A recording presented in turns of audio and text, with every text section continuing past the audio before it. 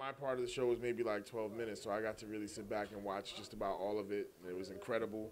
The band amazingly like put together those interpretations in just a couple of days, and all the MCs brought it. The crowd was hyped, so it was a positive event, definitely. So how does it feel just in general to be part of this tribute?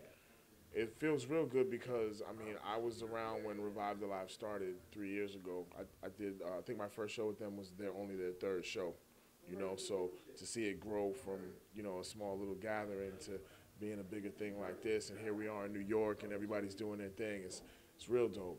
Then Megan, who runs the show here, she's always been cool, always been real supportive. So I'm glad that I was asked to come out here because being the only MC that's here from Boston, I feel like I'm repping the beginnings of Revive the Live a little bit by being here too.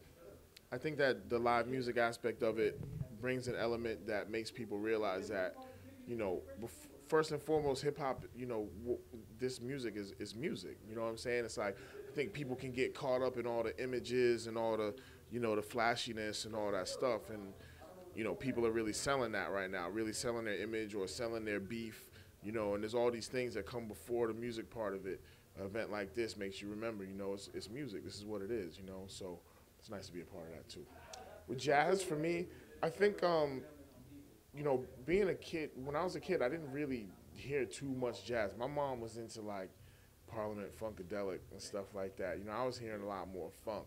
So like only in like the last maybe, I don't want to say 5, but maybe like 10 years or so did I really like start to listen to more like Miles and Coltrane and stuff like that, and just kind of diversify my whole genres of music that I listen to. So it's all still really new. I'm still really just learning.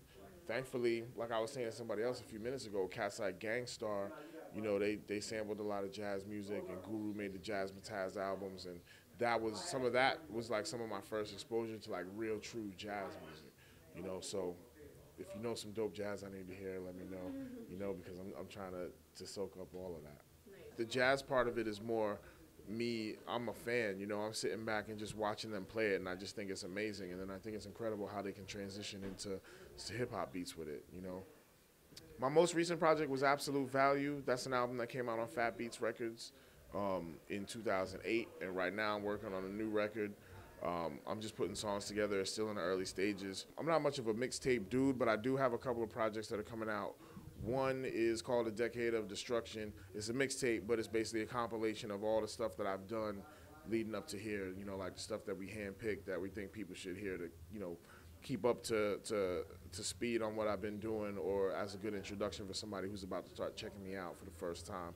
And then I have another thing called Akrobatik, which is my Absolute Value album remixed by my homeboy Detention from Massachusetts, and he took all like Van Halen samples and flipped my whole album using Van Halen samples, and it's really incredible. So I'm looking forward to putting that out. That stuff's going to be out by the end of the summer.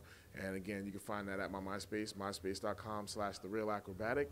You can follow me at Twitter on twitter.com/AkrobatikMC, the letters MC. And you do that, and you'll definitely be up to speed on what I'm doing. I'll keep you informed for sure.